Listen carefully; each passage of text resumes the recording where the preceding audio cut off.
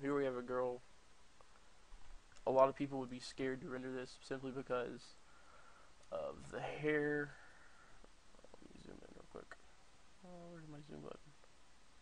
Whatever. I don't ever use the zoom button, but I'll do it this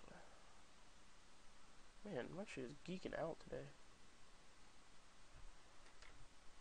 Alright, let me zoom with my tablet. There we go.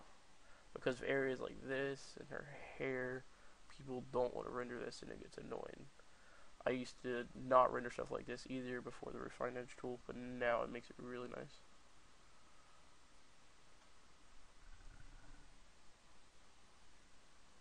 Alright. What I'm going to do is pick up my pen tool. Zoom in a little bit. What you're going to do is you want to do the same things I showed you in the last pen tool. You want to do a basic outline of her. Not so detailed, but just get like you would normally render her.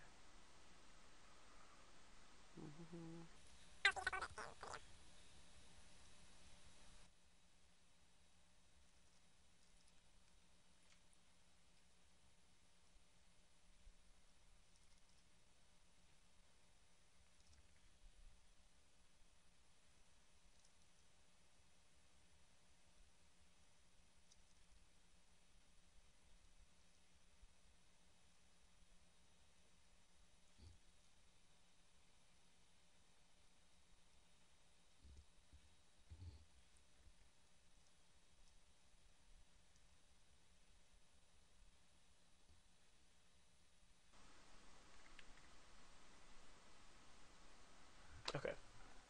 Now that we have her roughly rendered, this is a very rough render. I would never do that quick if I was going to be doing a correct render. This is just to show you guys a little what this can do. What you're going to do is you're going to come back and you're going to make your selection. Alright. You're going to get the little running ant, or the marching ants as Adobe likes to call it. You're going to come up here to your wand tool and then click Refine Edge. Okay. And you're going to get basically, you can change your view of how you want it to look. You can do marching ants, you can do, one second. Oh, you can do overlay, you can do, I particularly like black and white because this really gives you an idea of what the Refine Edge is really picking up. Alright, so we'll switch back to marching ants real quick. What you do is you want to turn on Smart Radius. Alright, what this is going to do is it's going to allow the radius of the pen tool to actually come into some of this hair and everything and pick up some detail. So what you do is you want to crank it up. You're going to have to turn it up a good bit in order to start seeing some stuff.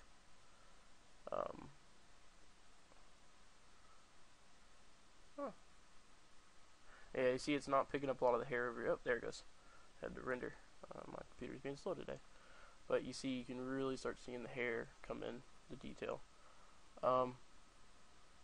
Areas like down here, this is a good example. This, basically what the Smart Radius does is it expands the pixels on the selection, so it picks up other areas. So this is basically picking up, let's switch back to the marching ants real quick. This is her shadows on her feet. See this? So what you want to do is come back in here and use erase refinements tool. And what I like to do is I just erase right over here. Basically any place that you don't want the Smart Radius to affect. Oh, well, that wasn't good. Only thing I don't like about this is you can't undo it. So you have to, if you want to redo what you did, you have to go back with the Refine tool, the Refine Radius tool. You can add it back. There you go.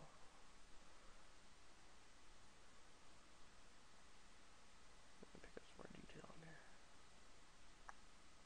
See, no, it's too much. Go back here and change my brush size. There we go. That'll work. Okay. Again, this is very rough. So this is just how you adjust what you want the Smart Radius to take effect of and everything. You can start seeing the knee that wasn't selected and start being selected, and some of the hair. That's why I really like the black and white view, because you can really start seeing what the Smart Radius picks up. Another thing I like to use, I haven't really been successful with it, but I know it works, is to use the decontaminate colors. Because what this does is sometimes you'll have background bleed onto your render, and what this does is it corrects the colors. You see how it changed? Watch around her hand area right here. When I turn that off, you see how the background blended onto her hand from the lighting? When you do this, it corrects the colors. You're gonna have to play with this a little bit though. It re-corrected the color. There you go. So now it looks like there's no background behind her. And then you can come in here and you can refine all that good stuff. So when you have what you want, this is very rough by the way. You can mess with the smoothing, the feather, all the good stuff.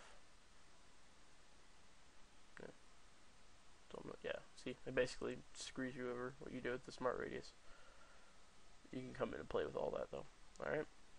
Oh, Shift Edge, that's what I wanted to show you. This actually shifts. I'm guessing it's kind of rough. Nobody really knows what the Shift Edge does yet, or I haven't really found out what it does yet. I think what it does is it basically shifts the render a little bit so you can adjust what's filled. It's the only thing I can figure, but I'm going to play around with that a little bit more. Turn this back up. Whatever. Just gonna do this real quick. What's this? No. This Refine Edge does not like my tablet. I've noticed that. Okay, let me turn this back up. Sorry about the rambling. I'm kind of. Okay, I'm gonna erase. Situations like this, I normally just want to get her hair, so I erase everything else. And you click OK.